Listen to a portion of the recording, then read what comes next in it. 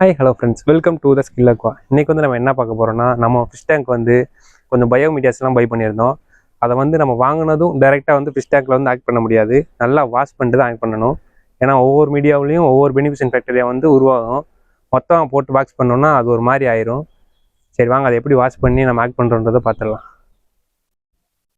ஒரு மீடியாவையும் தனித்தனியாக தான் வாஷ் பண்ணணும். அதனால் எல்லாத்துக்கும் தனித்தனியான பாத்திரம் எடுத்துகிட்டு வந்திருக்கேன். பாத்திரம் இல்லை, பக்கெட். ரெட் செராமிக் மட்டும் ரொம்ப இதாக இருக்குது, டஸ்ட்டாக இருக்குது. அதை லாஸ்ட்டாக வாஷ் பண்ணிக்கிறோம். கொஞ்சம் நல்லா இருக்கிறதுலாம் மொதல் வாஷ் பண்ணி எடுத்துக்குவோம்.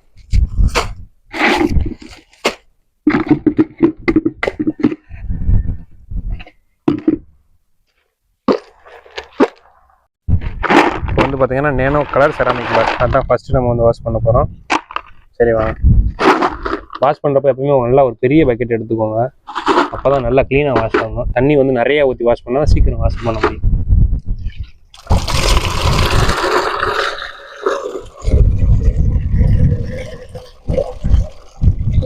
ஆல்ரெடி நல்லா க்ளீனாகவே இருக்குது, அதனால சும்மா லைட்டாக வாஷ் பண்ணாலே போதும்.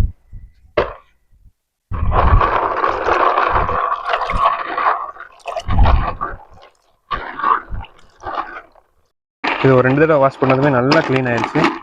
அதனால் இன்னும் வாஷ் பண்ண நினைக்கிறேன், போதும். இது ஒரு சின்ன பக்கெட்டில் கொட்டி உரமாக வச்சிடலாம்.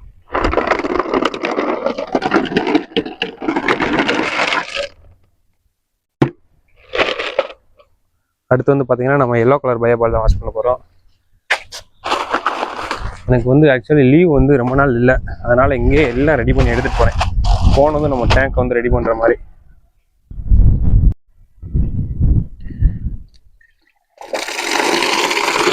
கொஞ்சமாக தண்ணி வச்சு 4-5 தடவை வாஷ் பண்ணுறத விட நல்லா நிறைய தண்ணி வச்சு ஒரு 2 தடவை 3 தடவை வாஷ் பண்ணாலே போதுங்க. அந்த மாதிரி தான் நான் பண்ணிட்டு இருக்கேன். இதெல்லாம் ரொம்ப சென்சிட்டிவாக இருக்குது. சும்மா லேசாக அப்படி கை விட்டு அப்படி அலசினாலே போதும்.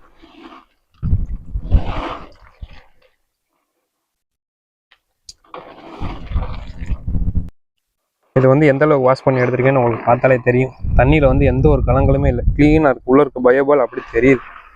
அந்த அளவுக்கு வாஷ் பண்ணால் தான் வேறு எந்த ஒரு சைடு எஃபெக்ட்ஸும் இல்லாமல் இருக்கும். சரி வாங்க, அடுத்ததை வாஷ் பண்ண ஆரம்பிச்சிடும். இதில் வந்து டஸ்ட் அதிகமாக இருக்கிற மாதிரி தெரியுது, அதனால் அப்படியே பெரிய பக்கெட்டில் போட்டு வாஷ் பண்ண. அதான் தண்ணி நிறையா ஊற்றி நல்லா ஈஸியாக வாஷ் பண்ண.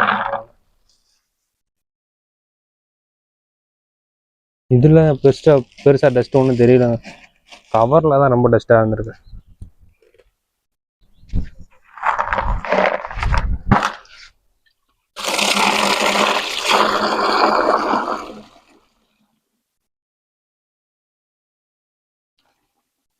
பாருங்க இப்போ எப்படி இருக்குன்னு.